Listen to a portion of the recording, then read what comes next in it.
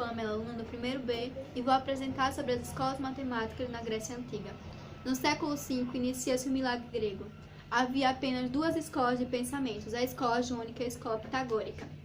As realizações dos matemáticos gregos são conhecidas principalmente por referências dos autores e comentaristas posteriores, tais como Euclides, Platão e Aristóteles.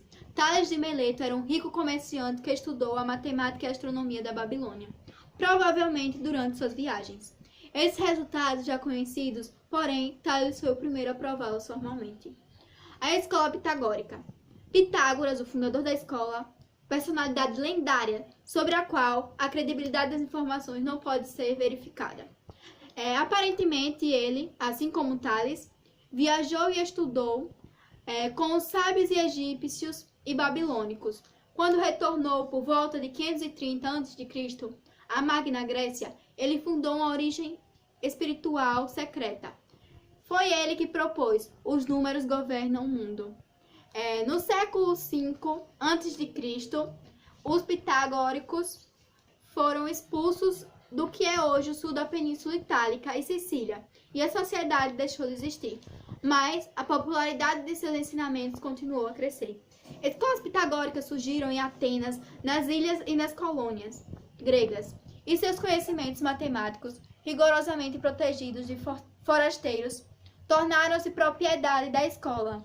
Ao final do século III a.C., a era do ouro da matemática grega aproxima-se do fim, devido à conquista de territórios e tensões religiosas. O ambiente escolar helênico foi profundamente abalado e modificado, entre muitos outros fatores. Hoje iremos falar da matemática de Pitágoras. Primeiramente, quem foi Pitágoras? Pitágoras foi um filósofo e matemático grego que fundou a escola pitagórica localizada no sul da Itália, também chamada de Sociedade Pitagórica. Inclui estudos de matemática, astronomia e música. O Teorema de Pitágoras é um dos teoremas mais conhecidos, importantes e utilizados na matemática. Ele é imprescindível na resolução de problemas de geometria analítica, plana, espacial e trigonometria. Boa tarde, me chamo Lara, sou aluna do primeiro ano B e venho apresentar o Teorema de Pitágoras. O Teorema de Pitágoras relaciona o comprimento dos lados do triângulo e do retângulo. Essa figura geométrica é formada por um ângulo de 90 graus, chamado de ângulo reto.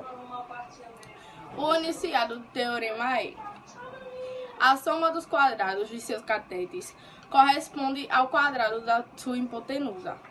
Esse triângulo retângulo ao lado de C e B recebe o nome de hipotenusa. O outro lado sempre estará oposto ao ângulo reto.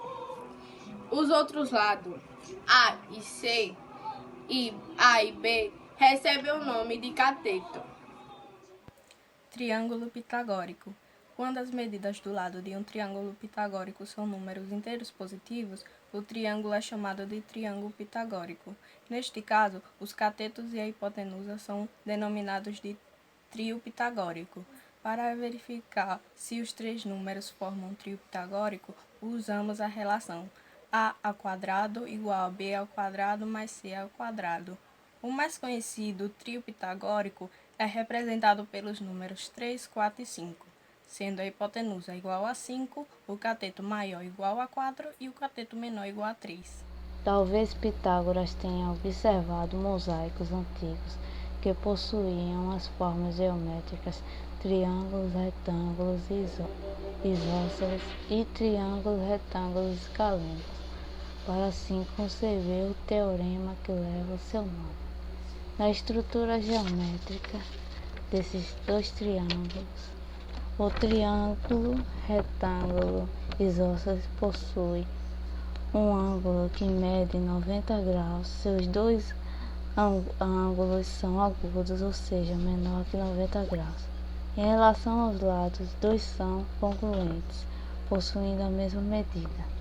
O triângulo retângulo escaleno possui um ângulo que mede 90 graus.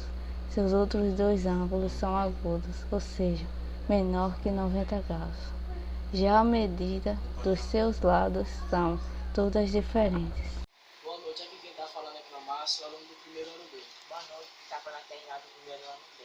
Iremos apresentar um trabalho de história que fala sobre o desenvolvimento da matemática na Grécia Antiga. O pensamento da matemática começou a se desenvolver na Antiguidade, antes de ganhar a estrutura organizada. Os povos do Egito e da Mesopotâmia já efetuavam cálculos e conheciam e dominavam sistemas matemáticos. Ao falar do desenvolvimento da matemática na Grécia Antiga, preciso citar seus principais pensadores, Tales, Militar e Pitágoras, foram responsáveis por transformar a matemática em um estudo organizado e sistemático. Não existia registro deixado por ele, mas o seu conhecimento foi transmitido oralmente e registrado por séculos depois. A matemática já se engatinhava na Babilônia.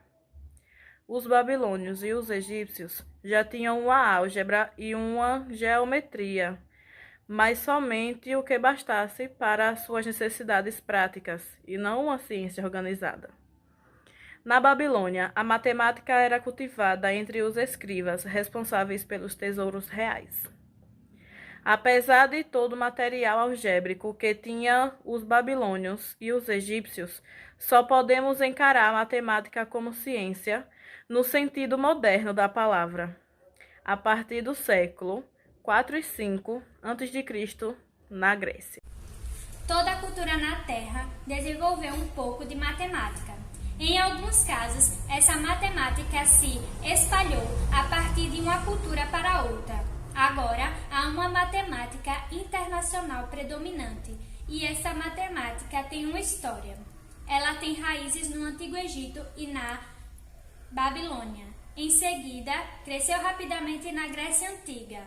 Ao falar do desenvolvimento da matemática na Grécia Antiga, é preciso citar seus principais pensadores, Tales de Mileto e Pitágoras. Eles foram os responsáveis por transformar a matemática em um estudo organizado e sistemático. Tales de Mileto foi considerado por Aristóteles o primeiro filósofo grego. Tales atuou como comerciante e, em sua profissão, viajou a alguns locais, como o Egito e a Mesopotâmia. Como se sabe, quando há trocas comerciais, há também trocas culturais. Então, interpreta-se que Tales teve contato com outras culturas e conheceu o pensamento matemático já desenvolvido na Mesopotâmia e no Egito. A partir disso, desenvolveu e transformou a matemática. Ele também foi responsável por desenvolver a geometria dedutiva e por efetuar as primeiras demonstrações matemáticas. Outro importante pensador pelo desenvolvimento da matemática foi Pitágoras. Dizem que ele tinha sido aluno de Tales. Ele foi responsável por formar a escola pitagórica, uma escola que envolvia o pensamento racional e o misticismo. Pitágoras atribuía aos números as explicações universais.